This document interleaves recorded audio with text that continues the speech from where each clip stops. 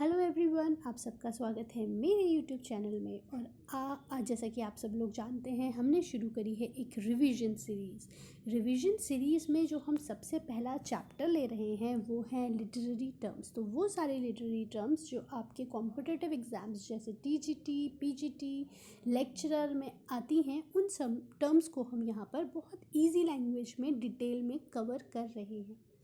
आज का हमारा टॉपिक है एलिजी। तो आइए जानते हैं कि ये एलिजी क्या होता है।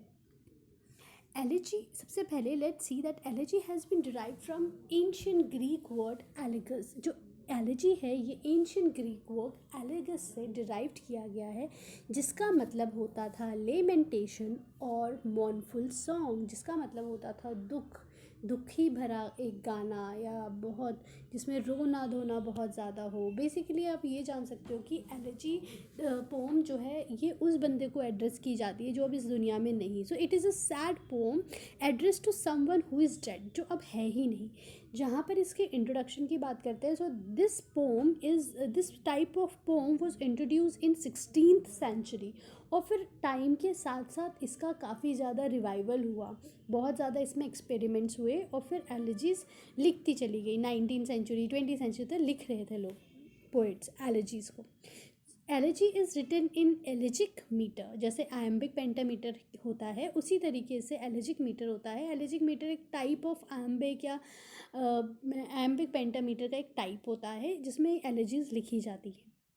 Now, in simple language, if you want to talk about the meaning of elegy, we can say that elegy is a lyrical मतलब क्योंकि ये गाया जा सकता है, रिदमिक होता है, तो लिरिकल मॉर्नफुल पोम होती है जिसका जो सब्जेक्ट होता है वो बहुत सीरियस है। जाहिर सी बात है, आपके मन में थोड़े नेगेटिव वर्ड्स आएंगे, आपके मन में बहुत ज़्यादा दुख आएगा जब आप एक एलिजी लिखेंगे, है ना। किसी की डेथ में लिखी जा रही है तो जाहिर सी बात है एक सीरियस सा सब्जेक्ट होगा, नेगेटिव वर्ड्स पोएट यूज़ कर रहा होगा।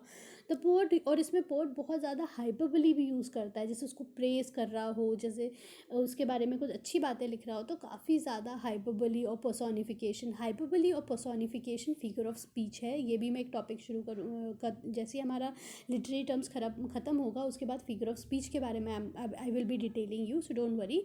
हाइपरबोली मतलब जब हम किसी चीज़ को बहुत बढ़ा चढ़ा कर बोलते हैं, एग्जैजरेट कर बोलते हैं, दैट इज़ कॉल्ड हाइपरबोली। और पर्सोनिफिकेशन की मैं बात करती हूँ तो वो होता है जब किसी नॉन लिविंग थिंग का किसी लिविंग थिंग के साथ कंपैरिजन किया जाए, मतलब उसको बिल्कुल ऐसे एट्रीब्यूट्स दिए जाएँ, ऐसी क्वालिटीज़ से संशोधित किया जाए, ऐसी क्वालिटीज़ के साथ उसका एसोसिएशन किया जाए, संबोधित किया जाए, that is rather a correct word, जिससे ऐसा लगेगा कि हाँ फूल नाच रहे हैं। डेफोडिल्स में पढ़ेंगे हम, अब जब डेफोडिल्स के बारे में, तो फूल नाच रहे हैं, इस तरीके के काफ़ी सारी जब इटालियन सॉन्ग वो होता है तो हमें पता चलता है।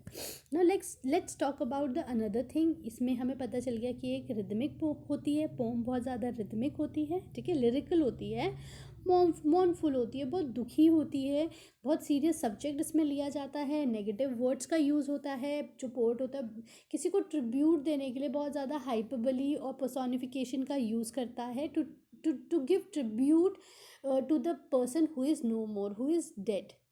So this is what elegy is all about. Now let's talk about the first four lines. The first four lines, जो 4 लाइनों का एक स्टैंजा होता है एलिजी का, उसको बोलते हैं एलिजिक स्टैंजा, ठीक है। एलिजी तो आपको बहुत हम एक एलिजी को अगर डिवाइड करें 3 स्टेजेस में, सबसे पहले होता है ग्रीफ। सबसे पहले तो भाई दुख है कि वो मर गया, इसके बारे में बात कर रहा है पोएट। उसके बाद पोएट जिसके बारे में लिख रहा है, ठीक है, जो मर चुका है, उसको बहुत प्रेस कर रहा है, बढ़ा चढ़ा के, हाइपरबोली के साथ, पर्सोनिफिकेशन के साथ उसको प्रेस कर रहा है कि ये बहुत अच्छा इंसान था, इसने ऐसे किया। और लास्ट में होता है कंसोलेशन टूवर्ड्स द लॉस, जो लॉस हुआ है उससे रिलेटेड कंसोलेशन। तो एलिजी के बारे में मुझे आई होप कि आप सबको समझ आ गया होगा what is elegy all about, right. अब हम पढ़ते हैं what are the examples of elegy. देखिए मैंने एग्जाम्पल्स भी कोशिश करी है वही लिए हैं, उन्हीं ऑथर्स के एग्जाम्पल्स लिए हैं जो आपके एग्जाम्स में आएंगे। सबसे पहले in memory of W.B. East. WB east की मेमोरी में WH ऑर्डन ने ये लिखी थी। WB ईस्ट भी बहुत ज़्यादा महान थे, राइटर, ऑथर, पोएट, जो भी आप बोलिए, बहुत महान थे। वो 1939 में, आपको याद होगा तो, गीतांजलि जो रविंद्रनाथ टैगोर की थी, उनका जो उस गीतांजलि का जो इंट्रोडक्शन है या प्रीफेस है वो WB ईस्ट ने ही लिखा है। तो इन 1939 में जब वो मरे थे तो WH ऑर्डन ने 1939 में WB ईस्ट की याद में ये पोम लिखी थी, एलिजी लिखी थी। Then the next is elegy written in country churchyard. 1751 में थॉमस गे ने मैनकाइंड के बारे में जर्नली लिखी थी, मैनकाइंड के बारे में। एक बहुत ही पक्की दोस्ती थी PB शैली और जॉन कीट्स की। तो जॉन कीट्स बहुत 25 साल और कुछ महीनों की उम्र में मर गए थे। उनके बेस्ट फ्रेंड PB शैली ने उनके लिए ये एलिजी लिखी थी उनकी डेथ में, अपने बेस्ट फ्रेंड जॉन कीट्स के लिए। 1821 में एडोनिस नाम से PB शैली ने एक एलिजी लिखी थी। और अगर हम नेक्स्ट एग्जाम्पल की बात करते हैं तो वो है इन मेमोरियम। अल्फ्रेड लॉर्ड टेनिसन ने आर्थर हैलम की याद में 1850 में लिखी थी इन मेमोरियम। नेक्स्ट है रग्बी चैपल। मैथ्यू आर्नोल्ड ने अपने पिताजी की डेथ में ये पोम लिखी थी, ये एलिजी लिखी थी 1861 में। So these are few examples of the elegy. You will also learn about all these elegy later on, जब आप इन particular writers के बारे में, poets के बारे में जब पढ़ रहे होंगे तो आप फिर से इन elegies के बारे में पढ़ेंगे। तो याद रखिएगा कि in memory of WB East is written by WH Auden in 1939. When we say elegy written in country church, it is written in 1751 by Thomas Gay for mankind, generally लिखी थी mankind के।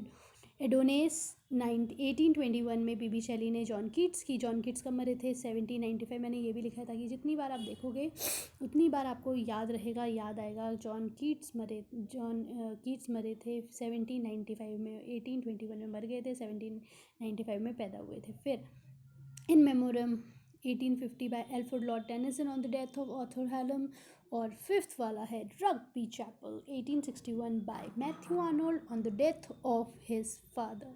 चलिए आगे बढ़ते हैं। And now we have some kinds of elegy की क्या क्या टाइप्स होते हैं। देखिए सिंपली है पर्सनल एलिजी, जो कि हम अभी किसी पर्सनल बंदे के शोक में, मौत में जो लिखी जाती है, जो पोएट लिखता है। सम क्लोज फ्रेंड, रिलेटिव या अपना कोई फैमिली का, उनके बारे में अगर कोई डेथ सॉन्ग लिखा जा रहा है, एलिजी लिखी जा रही है, तो उसे मानेंगे हम पर्सनल एलिजी या सिंपल एलिजी। पर अगर कोई भी एलिजी लिखी जा रही है ह्यूमन डेस्टिनी के बारे में, कंटेम्प्रेरी लाइफ के बारे में, लिटरेचर के बारे में, इन जर्नल अगर कुछ लिखा जा रहा है, so that will be considered as impersonal elegy, वो कंसिडर की जाएगी इम्पर्सनल एलिजी।